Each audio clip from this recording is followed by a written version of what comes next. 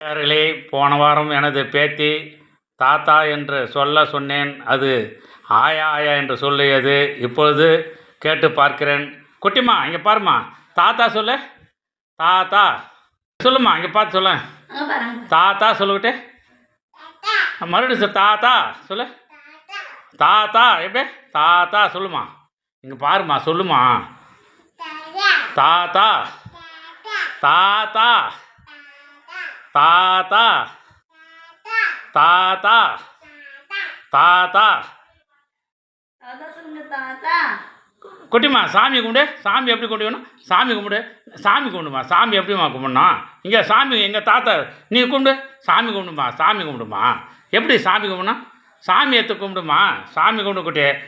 சாமி சொல்லு. சாமி சாமி சொல்லுமா.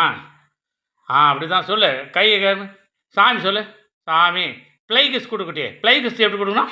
ப்ளை கிஸ் கொடுமா. நல்லா சொல்கிறிய. போதுமா. Thank you thank you thank you.